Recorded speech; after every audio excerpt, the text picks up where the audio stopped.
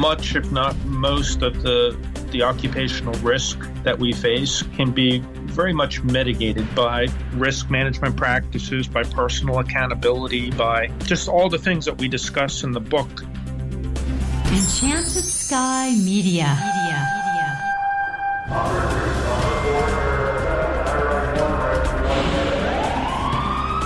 From Los Angeles, this is Code 3, the Firefighters Podcast, hosted by award-winning journalist Scott Orr. Code 3 features interviews with leading members of the fire service, discussing firefighting strategy, tactics, and other topics you need to know more about. Now, here's Scott. That's right, and I will not let Parkinson stop me. Thank you for joining me again here on Code 3. You are listening to the show for and about firefighters. Let's get started. Firefighting has always been about survival to some degree or other, but now we're recognizing that fire isn't the only danger to a firefighter. Whether it's occupational cancer, cardiovascular events, or behavioral health problems, the threats have become constant. A new book, Surviving the Fire Service, contains information about cancer, medical exams, screening, nutrition, plus a whole lot more. It explains how to manage and even reduce some of the risks that your career throws at you. Here to tell us more is Todd LeDuc, the editor of Surviving the Fire Service. Todd retired as Assistant Fire Chief for Broward County Florida Fire Rescue after a 30-year career. He's the Chief Strategy Officer at LifeScan Wellness Centers. LifeScan provides NFPA 1582 compliant early detection physicals to some 35,000 firefighters and law enforcement officers. He's also Secretary of the IAFC Safety, Health, and Survival section. And Todd LeDuc joins me now. Welcome to Code 3. Thanks, Scott. It's an honor and privilege to join you. Looking forward to talking about firefighter health, wellness, and survival. So thanks for the invitation, and Happy New Year to you and your listeners. And Happy New Year to you. So how did you come to edit this book? I've had a wonderful 30-year career with Broward County Florida Fire Service. The last number of years I had the opportunity to either oversee or lead the health and wellness of firefighters. It's a 800 and some odd person career metro department. And during that time, I've also had the privilege of being elected for probably the last 15 years to the International Association of Fire Chiefs, Safety, Health, and Survival section, their board of directors. I'm currently the secretary of the board. And during that time, I spent a lot of energy working with tremendous friends and colleagues across the globe that were focusing their talents and energies on firefighter health, safety, research. And it had been a goal of mine to pen a book for some time. And like all of us, very busy with lots of commitments, and it just never came to be. And one day I had the bright idea that there's a lot of friends and colleagues of mine that are much smarter than myself doing tremendous work in their respective areas. And I reached out to a good friend and colleague, Bobby Halton, who you, I'm sure, know, and many of your listeners know. Bobby's had a long and distinguished career and currently serves as the editor-in-chief of Fire Engineering Magazine and also FDIC, the Fire Department Instructor Conference. Bobby's the head of that, and I kind of pitched this idea to him. I said, it's something I've thought about doing for some time and really never pulled it together. We all know, a bunch of our colleagues and friends, that if we could corral them all and get them to collaborate, I think this would be a really special project. So Bobby, I didn't have to twist his arm at all. Not only did he say run with it, but he agreed to be a contributor. So I'm proud to have Bobby as one of our co-authors, and that's really how this came to be. I had the honor of serving as editor.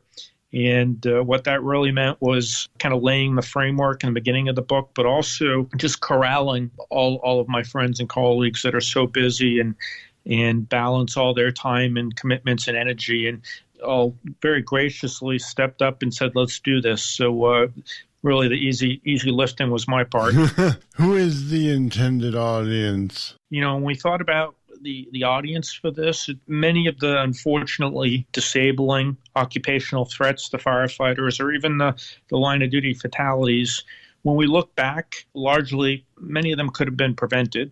So the thought process behind the audience is really for the firefighter that's just thinking about becoming a firefighter. So we envision this as soon to be, but their families. And for many, such as myself, who did not necessarily receive all the information on how to protect yourself from occupational risk when we started the job, it's meant at any point in your fire service career to take the knowledge that we have today and transcribe that to firefighters that are on the line. We've got 1.2 million firefighters out there, volunteer, paid, some combination of both. So it's really meant for the broad spectrum, including into retirement. Many of the things we talk about, whether it's behavioral health chapter or the cancer chapter, are ongoing threats to firefighter health, even into retirement. And we certainly want the families to be part of the audience for this as well, because they're a critical cornerstone supporting members of the service. So it's really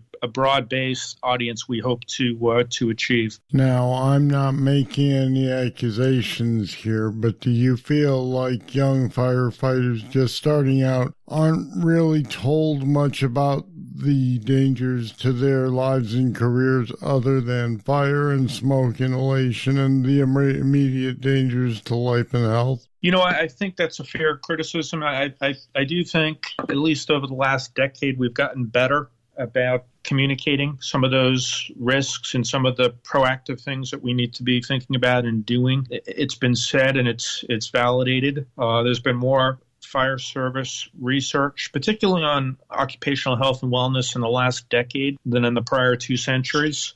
Many of the folks doing that are co-authors of this book. So sometimes we didn't know what we didn't know. And now that we've got folks working in all the different areas, whether that's, firefighter behavioral health or cancer risk, Denise Smith and Gavin Horn, Dr. Kales from Harvard are really shedding light on some of the changes in the body that happen when we go into tactical athlete mode and start changing some of our blood chemistry, our response to heat, and some of our cardiovascular risks. So where a lot of this is we're learning, but I do think as a service, we're being much more proactive than, at least in my 30-some-odd year career today, than we have been previously.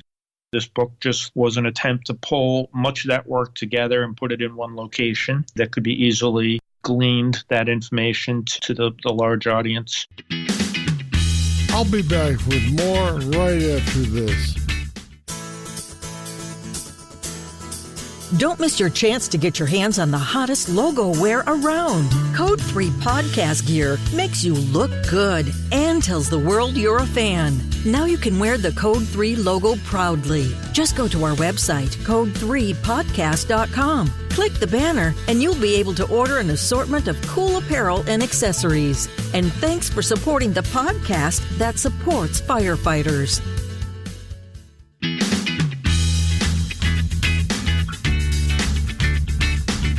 I know that what you're looking at here is a way to inform especially newer firefighters of the things they need to watch out for. What I'm wondering, though, is and I say this not suggesting that we should withhold information, but does filling them in on all the hazards like this make recruiting a little tough? That's a terrific point. I often jest when I do presentations on surviving the fire service. There's a reason why I wasn't in charge of recruiting. And, I think like any, whether it's a customer or any consumer or professional, the old adage of an educated consumer is the best customer.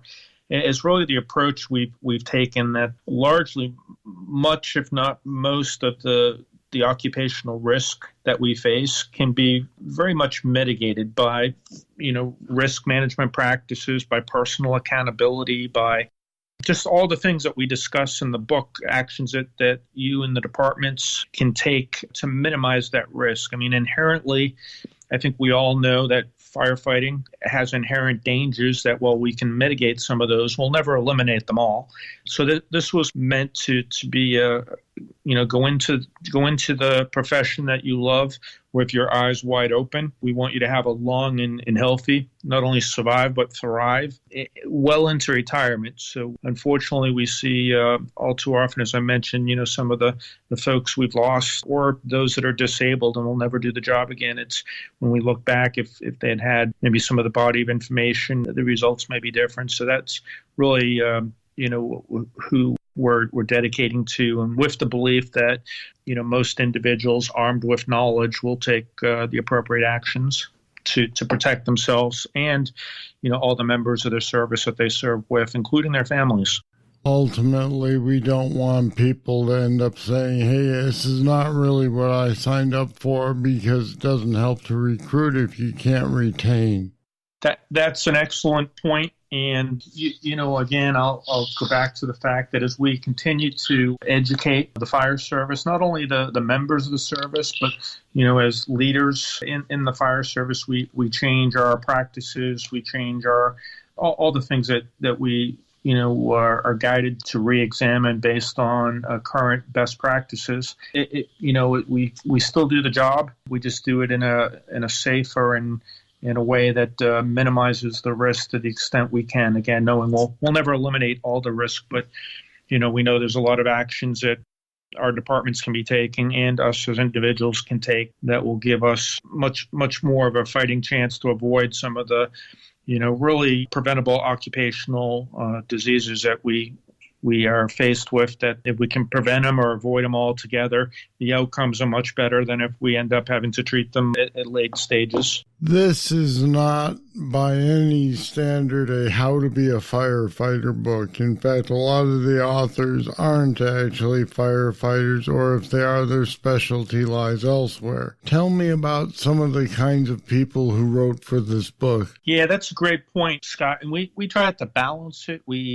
I call it translating science to the streets. So we have a combination of wonderful co-authors that are researchers and they're top in their field. And I give them credit. They not only are academic researchers, but they actually get out within the fire community. They actually participate in live burns or interviews with our firefighters. And then the other peer co-authors are actually members of the fire service that are actually practicing and putting into place a lot of the recommendations that come out of the research. So I already mentioned we've got Chief Bobby Halton, who kind of, with myself, helped and has set the lay of the land on some of the major challenges that we're facing as a fire service. But we've got folks like Dr. Sarah Jenke and Captain Frank Lido from heads up the Behavioral Crisis Unit for FDNY. Sarah did a chapter on behavioral health with Captain Lido, looking at all the research that we know that occupational threats to our mental well-being and what we can do about it to be more resilient, post-traumatic growth being a big portion of that. We've got doctors Denise Smith and Gavin Horn, who worked with Illinois Fire. They were joined by Dr. Kales from Harvard, looking at the changes that occur that put us at cardiac risk, things such as structural changes in the heart, clotting factors, the effects of dehydration, the effects of actually having high level of readiness and fitness, and if we don't have that, what the effects are on cardiac death. Deputy Chief Brian Frieders did a whole chapter on the occupational cancer threats to firefighters and what we need to be doing. Obviously, mitigation strategies play a large role in that, as does early detection. We've got Chief Jeff Johnson, who retired out of Kansas City Fire Department, is now Fire Chief of Newport News Fire Department in Virginia. Wrote a wonderful chapter on fireground survival, looking at everything from research on tactics and strategy and changing fire conditions and how we approach the fireground. We've got our friends at O2X Human Performance did a chapter looking at the whole concept of tactical athlete. Adam LaRue, co-founder of O2X out of Boston, former Navy SEAL, has taken this whole concept of everything from mental wellness to physical readiness to behavioral readiness in coined this concept of human performance, being able to perform at the highest levels of human readiness, if you will. We've got Dr. Mike Hamrock with the Boston Fire Department. Did a whole chapter. Mike was a Boston firefighter who went on to medical school and now spends a good amount of time with Boston Fire and taking care of their health needs. So he talks about the whole making sure you're getting an annual occupationally appropriate early detection physical. And we know a lot of the things we've discussed in the book, cancer, heart disease, even behavioral health. If we screen for those annually, when we find issues that easily, in many cases, correctable, if we find them early versus later. When it's all rolled up and you look at it, it's really a big picture approach to just having a heightened awareness of some of the threats that we have as firefighters and knowing what the current state of the science is on how to protect ourselves from those. And we're hopeful that some of the concepts introduced in the book for departments that maybe are looking at the different areas on how to mitigate, what the cancer risk or their fire ground survival, it will spark a little bit of a burning desire to make change in a helpful and healthy way, in a safe way. I didn't mention that we are donating a good portion of the profits to obviously, I didn't mention my first book I've done, but when we got into looking at all the mechanics of the book and distribution, but one of the things that all the authors really felt important was the National Fallen Firefighters Foundation has an affiliate group called the First Responder Center of Excellence, and they focus really on what the book's about firefighter survival. So a portion of the proceeds is going to go to continue research and developing best practices and getting the word out on some of these, in particular cancer, cardiac, behavioral health, and the importance of getting a good early detection medical physical for firefighters every year. So we're real proud of that. All right, Todd LeDuc, thanks for being with me on Code 3 today. Thanks again, Scott, for having me, and thanks for all you do for the fire service, and keep up the great job.